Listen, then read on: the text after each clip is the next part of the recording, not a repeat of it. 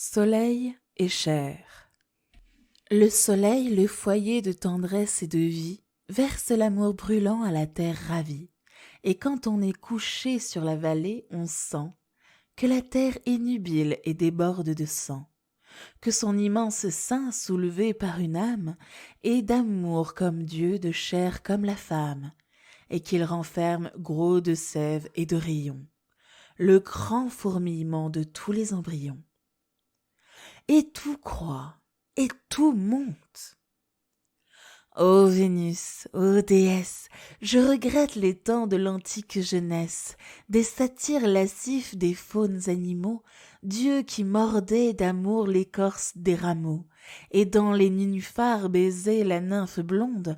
Je regrette les temps où la sève du monde, l'eau du fleuve, le sang rose des arbres verts, dans les veines de Pan mettait un univers, où le sol palpitait vert sous ses pieds de chèvre, où baisant mollement le clair syrinx, sa lèvre modulait sous le ciel le grand hymne d'amour, où, debout sur la plaine, il entendait, autour, répondre à son appel la nature vivante, où les arbres muets, berçant l'oiseau qui chante, la terre berçant l'homme et tout l'océan bleu.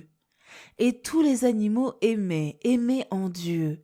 Je regrette les temps de la grande Cybèle, qu'on disait parcourir gigantesquement belle, sur un grand char d'airain, les splendides cités, son double sein versé dans les immensités, le pur ruissellement de la vie infinie, l'homme suçait heureux sa mamelle bénie. Comme un petit enfant jouant sur ses genoux, parce qu'il était fort, l'homme était chaste et doux. Misère, maintenant il dit, je sais les choses, et va, et les yeux fermés et les oreilles closes, et pourtant, plus de Dieu, l'homme est roi, l'homme est Dieu, mais l'amour, voilà la grande foi. Oh, si l'homme puisait encore à ta mamelle, grande mère des dieux et des hommes si belle, s'il n'avait pas laissé l'immortelle Astarté, qui jadis émergeant dans l'immense clarté, des flots bleus, fleurs de chair que la vague parfume, montra son nombril rose où vint neiger l'écume, et fit chanter, déesse aux grands yeux noirs vainqueurs, le rossignol au bois et l'amour dans les cœurs. Je crois en toi, divine mère, Aphrodite marine. Oh, la route est amère, depuis que l'autre Dieu nous attelle à sa croix. Chair, marbre, fleur, Vénus, c'est en toi que je crois. Oui, l'homme est triste ailé, triste sous le ciel vaste. Il a des vêtements parce qu'il n'est plus chaste, parce qu'il a sali son fier buste de Dieu, et qu'il a rabougri comme une idole au feu son corps olympien aux servitudes sales. Oui, même après la mort, dans les squelettes pâles, il veut vivre, insultant la première beauté. Et l'idole où tu mis tant de virginité, où tu divinisas notre argile, la femme, afin que l'homme pût éclairer sa pauvre âme et monter lentement dans un immense amour. De la prison terrestre à la beauté du jour, la femme ne sait plus même être courtisane. C'est une bonne farce, et le monde ricane au nom doux et sacré de la grande Vénus. Si les temps revenaient, les temps qui sont venus, car l'homme a fini, l'homme a joué tous les rôles. Au grand jour, fatigué de briser des idoles, il ressuscitera libre de tous ses dieux. Et, comme il est du ciel, il scrutera les cieux, l'idéal, la pensée invincible, éternelle. Tout, le Dieu qui vit sous son argile charnelle, montera, brûlera sous son front.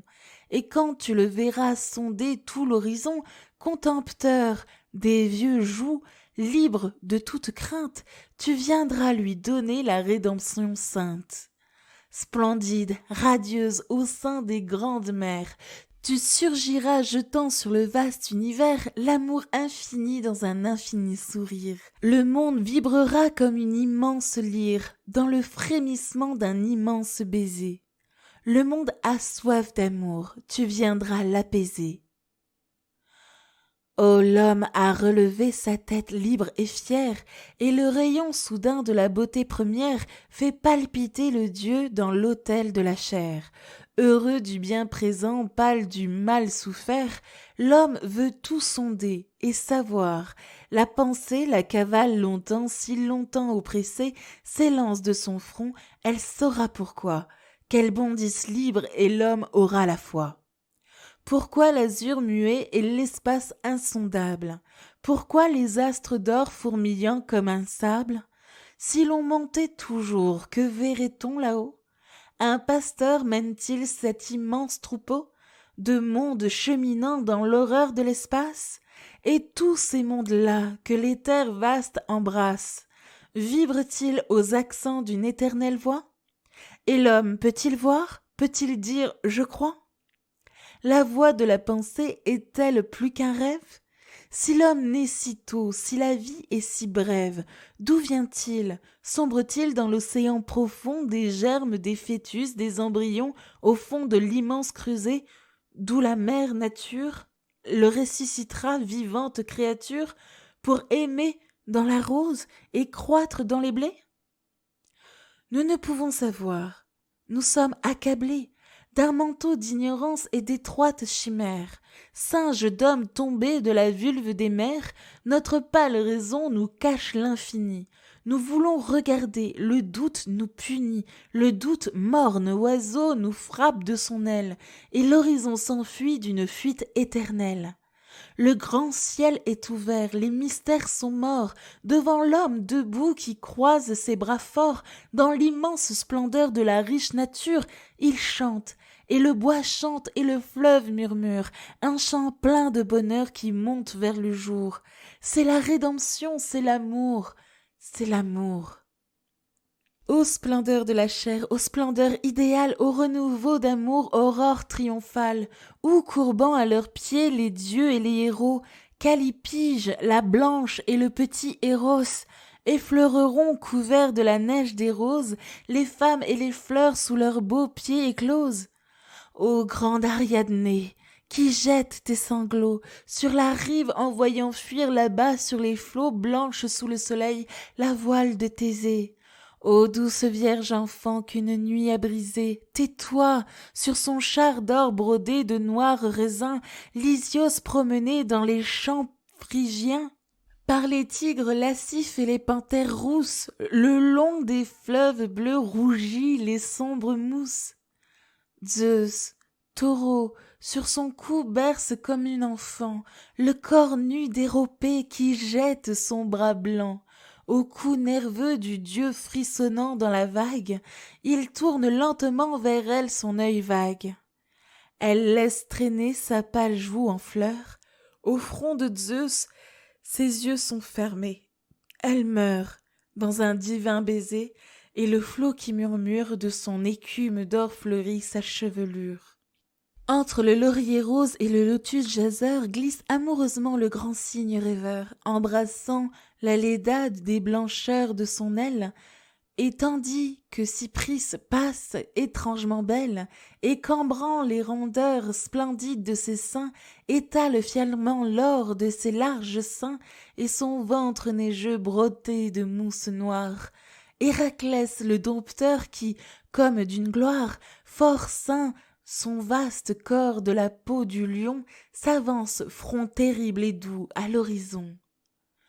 Par la lune d'été vaguement éclairée, debout nu et rêvant dans sa pâleur dorée, que tache le flot lourd de ses longs cheveux bleus, dans la clairière sombre où la mousse s'étoile, la dryade regarde au ciel silencieux. La blanche Sélénée laisse flotter son voile, craintive, sur les pieds du bel Endymion, et lui jette un baiser dans un pâle rayon. La source pleure au loin, dans une longue extase. C'est la nymphe qui rêve, un coude sur son vase. Au beau jeune homme blanc que son onde a pressé, une brise d'amour dans la nuit a passé. Et dans les bois sacrés, dans l'horreur des grands arbres, majestueusement debout, les sombres marbres, les dieux au front desquels le bouvreuil fait son nid, les dieux écoutent l'homme et le monde infini.